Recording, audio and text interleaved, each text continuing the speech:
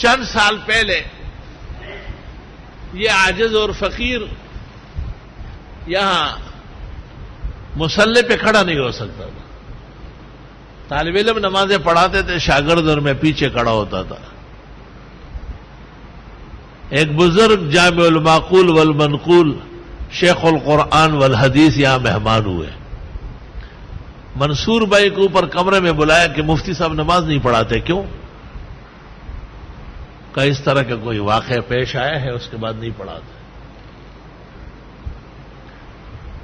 منصور بھائی چلے گئے، مجھے اوپر بلایا اور مجھ سے کچھ سوالات کیے، اور پھر کچھ نام انہوں نے ایک کٹورے پر چاندی کے لکھے اور ایک انگوٹھی میں تار باندھا اور کچھ پڑھا اور وہ چلنے لگی.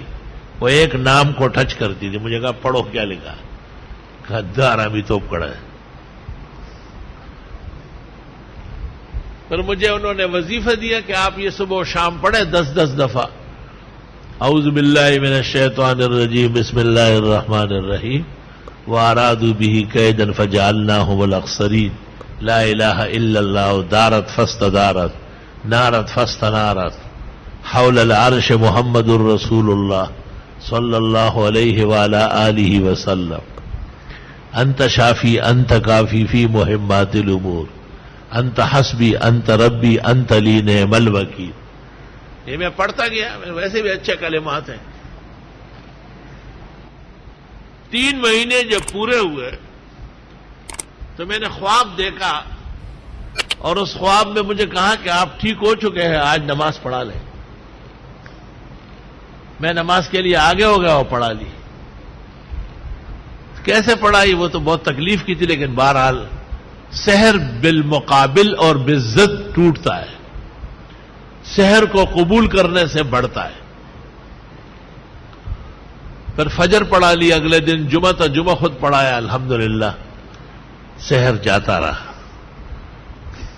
لیکن وہ آدمی جس نے سحر کیا تھا وہ اعتکاف سے بھاگا اور یہاں سے حیدرآباد تک پیدل بھاگا،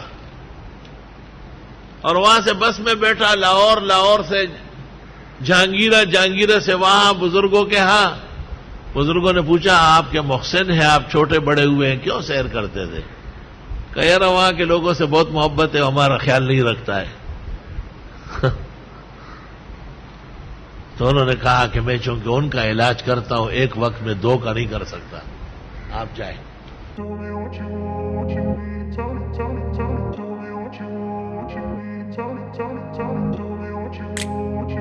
Tell me,